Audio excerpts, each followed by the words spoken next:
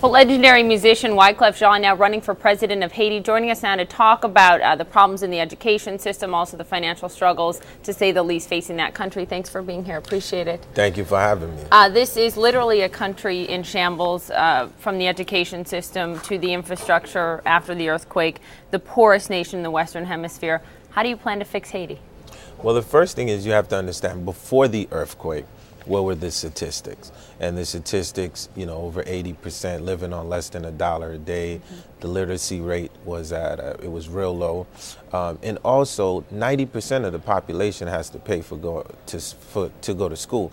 So how are we talk about navigating Haiti into the 21st century.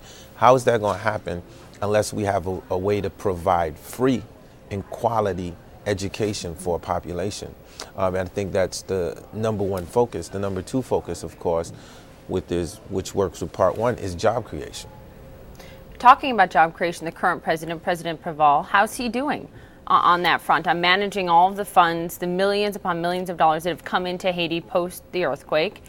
How's he doing on managing the money, trying to put people to work, trying to literally rebuild houses, rebuild schools, get some sort of solid footing underneath the people of Haiti right now?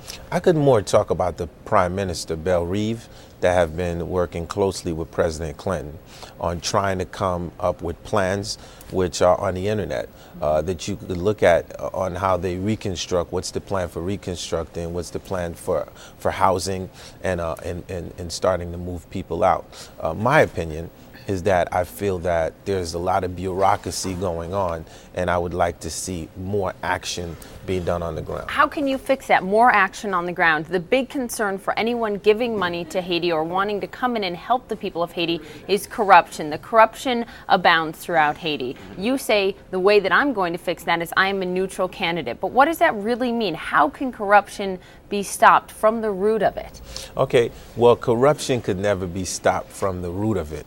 But what you do is you start by providing people with opportunities. So keep in mind, take me out of the picture and take the earthquake out of the picture. Haiti was always a place where the mass population never got nothing, and those in power just kept everything.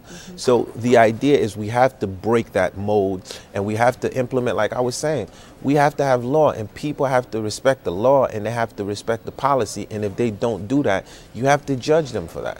You have said that you are the man to lead Haiti out of this. Everyone knows your name. Everyone knows your songs. You are viewed as this legendary musician who rose from Haiti, a child of Haiti. Looking at what your credentials are to lead Haiti into the next generation, hopefully improve the quality of education there, what are your credentials? Why do you think you're the man for this job? Well, because my DNA don't come from a politician background. I think we've had 200 years of basically the same thing. And where has these politicians led us?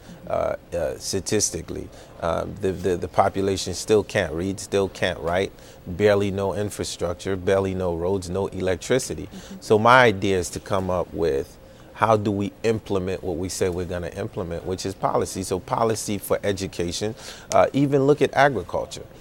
Everything coming into Haiti, the majority of it is import. And it could be grown right there. It could be grown right there. What happened to the rice mills? Everything, and this is not me talking naive, I know what happened to the rice mills, but they were destroyed.